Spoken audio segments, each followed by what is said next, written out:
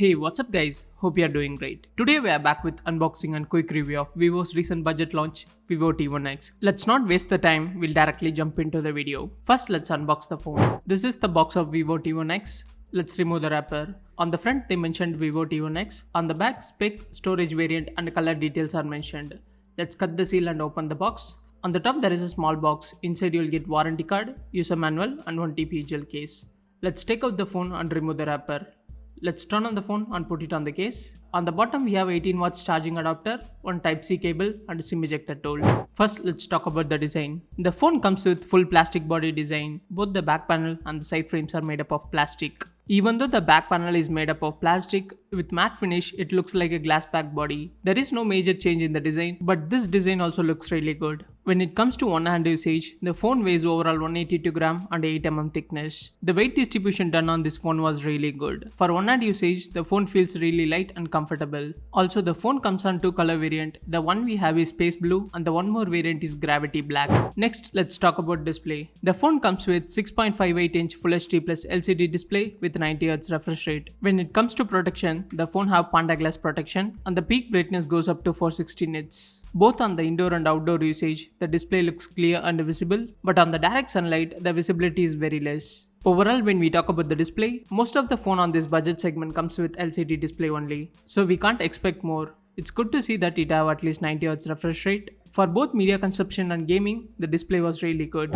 Next, let's talk about ports and buttons. On the bottom, we have 3.5mm audio jack, mic, Type-C port and one speaker grill. When we talk about the speaker, the phone have single speaker on the bottom. The audio output quality is decent and there is no distraction at the higher volume. Next on the right, we have volume rocker keys and power button. The fingerprint sensor is also integrated with power button. It's fast and accurate. Also, we have a face unlock option. It is also fast and accurate. Finally, on the top, we have a SIM tray with dual SIM and one SD card support. Next, let's talk about battery and charging. The phone comes with 5000 mAh battery and 18 watts fast charging adapter on the box. On a normal usage, you'll get almost more than 1 day of battery life. Next, let's talk about software. The phone comes with FunTouch OS 12 on top of Android 11. The last security patch update received was on May. Also, the phone comes with very less bloatware. You can easily uninstall it. Next, when it comes to camera, on the front we have 8 megapixel selfie camera with aperture 1.8. You can see the sample photos. The output quality is decent.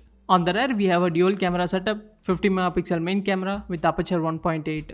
And we have 2 megapixel macro sensor. The photo output from the 50 megapixel main camera was good. You can see the samples. Overall, when we talk about the camera, at least if they would added one more ultra wide camera, it would be really great. When it comes to video, both on front and back, we can record max 1080p at 30 frames per second or 720p at 60 frames per second. The quality of the video output is also decent. When it comes to processor, the phone comes with Snapdragon 680. It's a 6nm processor which performs really good on day-to-day tasks. When we talk about gaming, we can't expect mobile from this budget to perform really good on gaming. You can play some low graphics game without any issue. Also, the phone comes with 4-layer cooling technology. We didn't find any heating issue during our testing. Overall, when we talk about the processor, Snapdragon 680 is a decent processor for both day-to-day tasks and some mild gaming. Next, when we talk about the RAM and storage, the phone comes with LPDDR4X RAM and USF 2.1 storage. Also, it comes on 3 different RAM and storage variant, 464GB, 4128GB and 6128GB. Also, you'll get extended RAM option. On 4GB variant, you can extend up to 1GB. On 6GB variant, you can extend up to 2GB. Finally, when it comes to price, the 464GB variant is priced for 11,000, the 4128GB variant is priced for 12,000, the 6128GB variant is priced for 14,000. Overall, to conclude it, for the starting price of 11,000, you'll get decent display, good battery life and decent performance.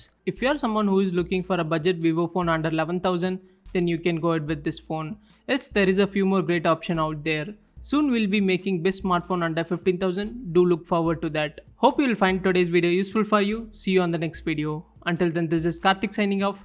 Please do like, share and subscribe to our channel.